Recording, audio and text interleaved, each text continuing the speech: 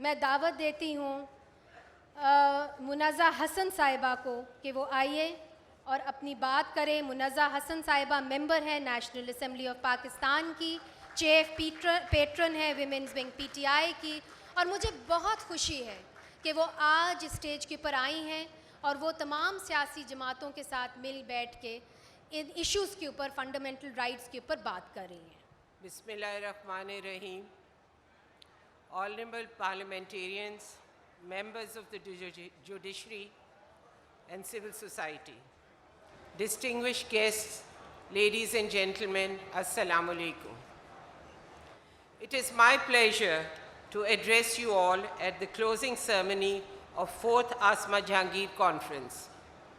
While I keenly look forward to receiving recommendations of this conference to me, however, this gathering holds a special significance as it is arranged to pay homage to legendary Asma Jahangir. All her life, Asma strived for rule of law and supremacy of democratic institutions, for freedom of speech, and more importantly, for betterment and well-being of our people. Ladies and gentlemen, human rights are universal and inherent to functioning of civil societies across the world. Our great religion, Islam, and our supreme law, Constitution of Pakistan, declare that all human beings are equal before law and enjoy fundamental rights regardless of their race, gender, or religion. A democratic society cannot evolve and function without respect and enforcement of human rights.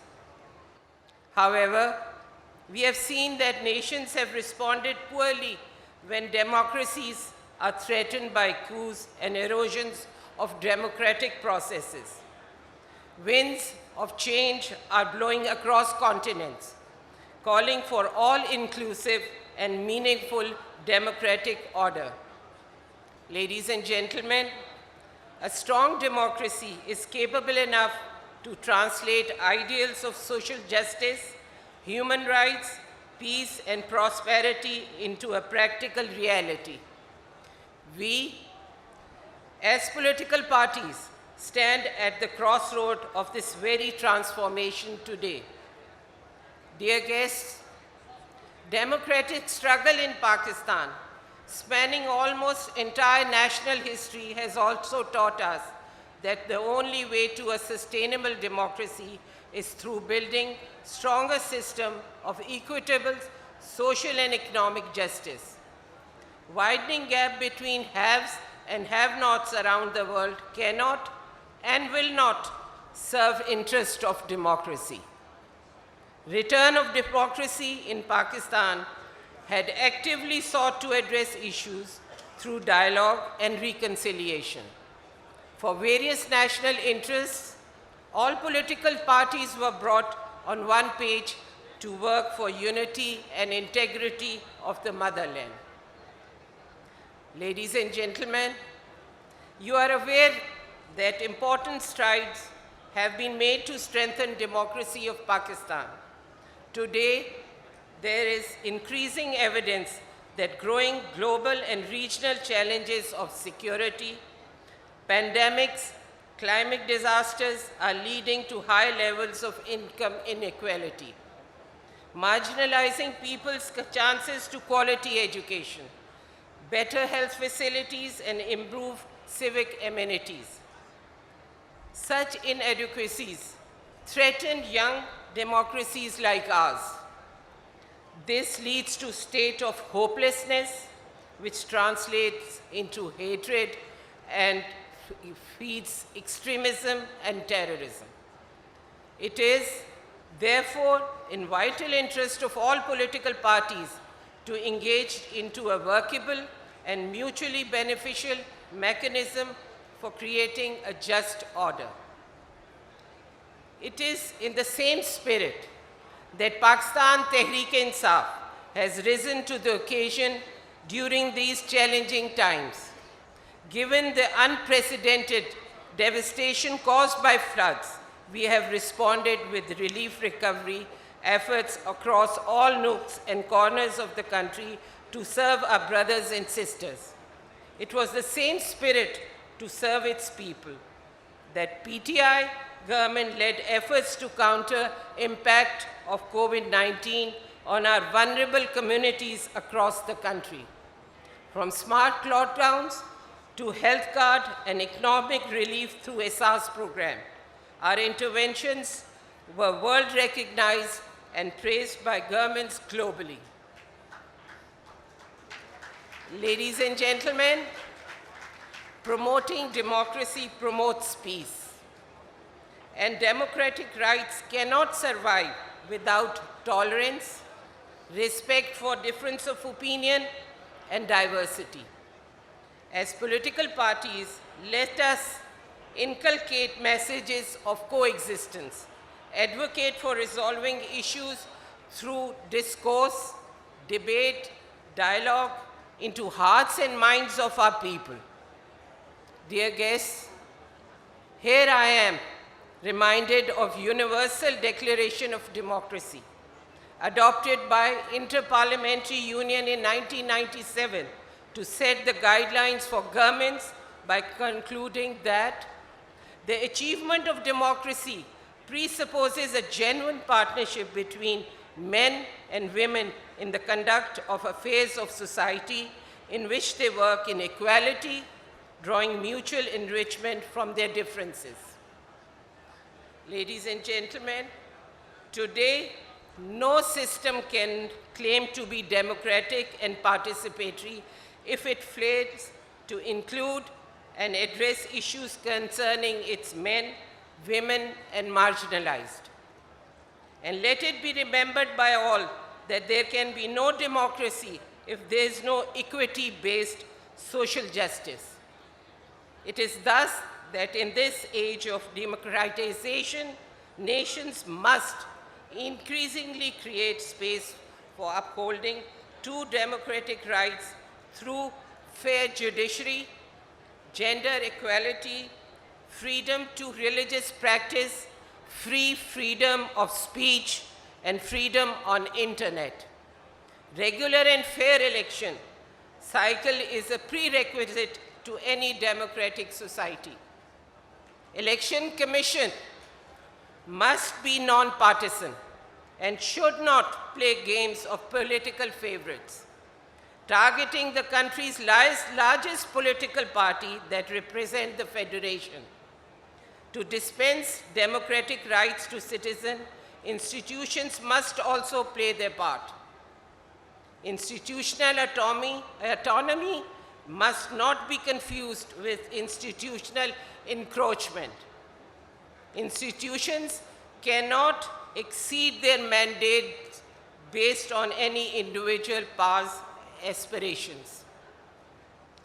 Dear guests, disqualification of Chairman Imran Khan by the Election Commission reminds me of disqualification of Hussain Shaheed Sohrawardi, who was disqualified under the controversial elected body's disqualification order, ABDO, in 1959.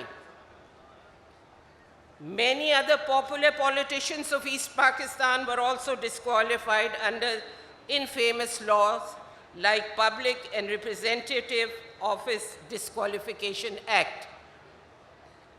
Pakistan lost many honest and great political leaders. Eventually, a political vacuum was filled by extremist second-tier leadership of former East Pakistan that led to the painful fall of Dhaka. Ladies and gentlemen, it is time for us as political parties to introspect. Political victimization must not be accepted. Institutions are being used to take out political leadership on flimsy grounds of disqualification. Such steps rather strengthen undemocratic ideals, create constitutional crises, and only promotes distrust of the electorate in the system. Ladies and gentlemen, So I ask you, are we going to repeat past mistakes time and again and face even greater losses? Can this country afford these repeated trials and errors? Answer is clear no.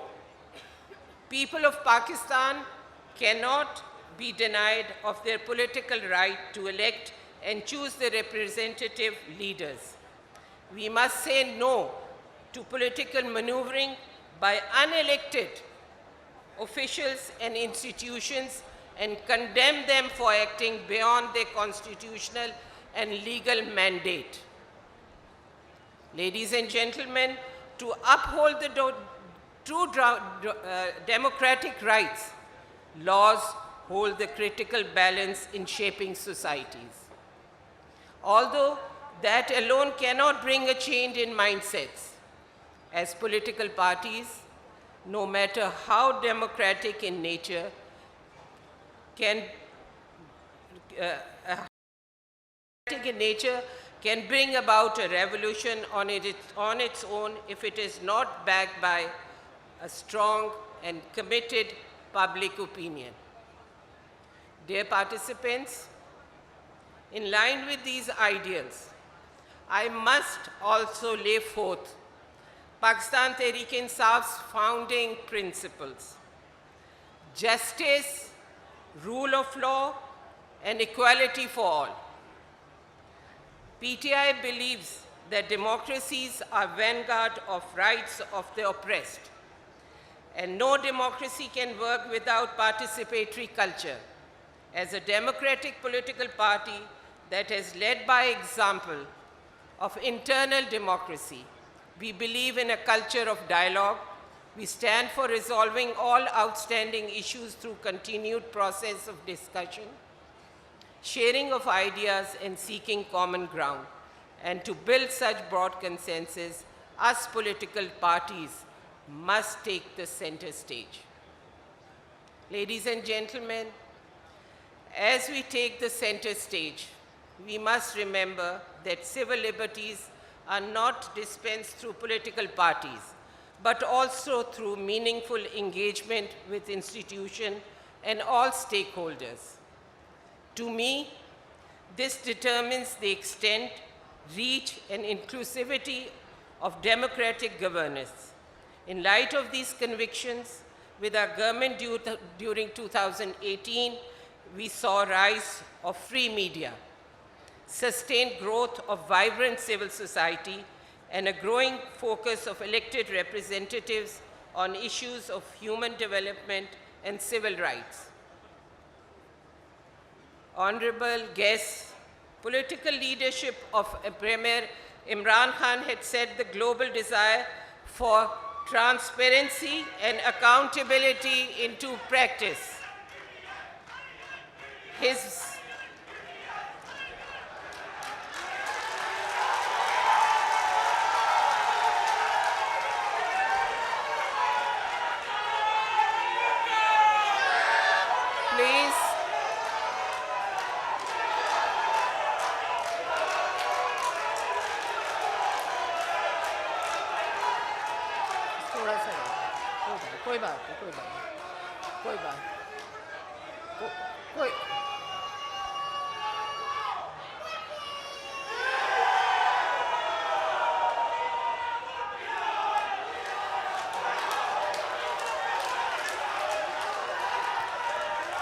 नाजरीन, मैं तो समझ रही थी कि आज हम एक दूसरे को सुनने आए हैं। ये तो हम सारा साल ही करते हैं, आज कुछ बातें भी हो जाएं वज़न वाली तो फिर मज़ा आए ना।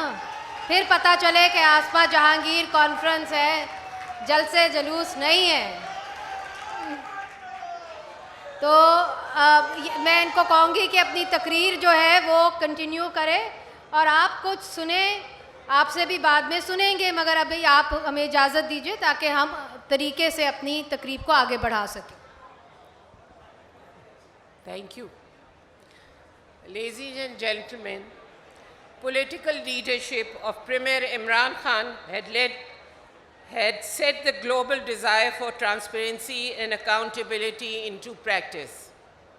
His vision for climate change, mainstreamed and amplified Pakistan's multiple initiatives into global development agenda on environmental protection. Dear participants, PTI represent fresh and young face of this new Pakistan. We have led the agenda of social inclusion through multilateral engagements, parliamentary diplomacy, and reorientation of international affairs with new friends. These relations have been based on respect of each other's sovereignty, non-interference in internal affairs, mutual trust, and confidence. As a political party, we believe that the principle of non-interference in politics and internal matters of any sovereign state is the central piece of our democratic ideals and must be respected. Ladies and gentlemen, we live in testing times. As political parties, we must be deeply concerned over increasing violence and brutality perpetrated against innocent civilians, journalists, and civil society by violent regimes inside our borders and outside, where press freedom, right to agency, and assembly are compromised. Mohtarma Fatma Jinnah foresaw this oppression against citizens and said, "The movement of Pakistan which Quaid-e-Azam launched was ethical and in inspiration and ideological in content. The story of this movement is a story of ideals, equality, fraternity, social and economic justice, struggling against forces of domination, exploitation, intolerance, and tyranny." Ladies and gentlemen, I strongly believe that we have common challenges of peace and security, health, education, and human development, all of which threatens socio-economic fabric of our country. Terrorism, extremism, and militancy have cost us as a nation. As women, we stand the most vulnerable. We must address problems that compel people to lay hands onto weapons. A political dispensation in a democratic setup can address these and such other societal problems much better. As parties, we all must aspire for a democratic polity, where writ of people would reign supreme, where state will not be seen as exploiter, but a facilitator in development, where fruits of progress would be shared equally among the privileged and unprivileged, men, women, and the vulnerable. Dear participants, today, as we assemble in this hall, the onus of responsibility of turning Pakistan into a truly democratic polity lies on us. It is time for change. Global trends and continued urge for making democracy relevant to youth, women, and the underprivileged argues that we as political parties ensure this very change. Pakistan Tehrik-e-Insaf represents this very change. Ladies and gentlemen, as I end, I thank the organizers for the commitment to human rights agenda. I hope that you continue to host this forum for a meaningful and productive dialogue. Thank you very much.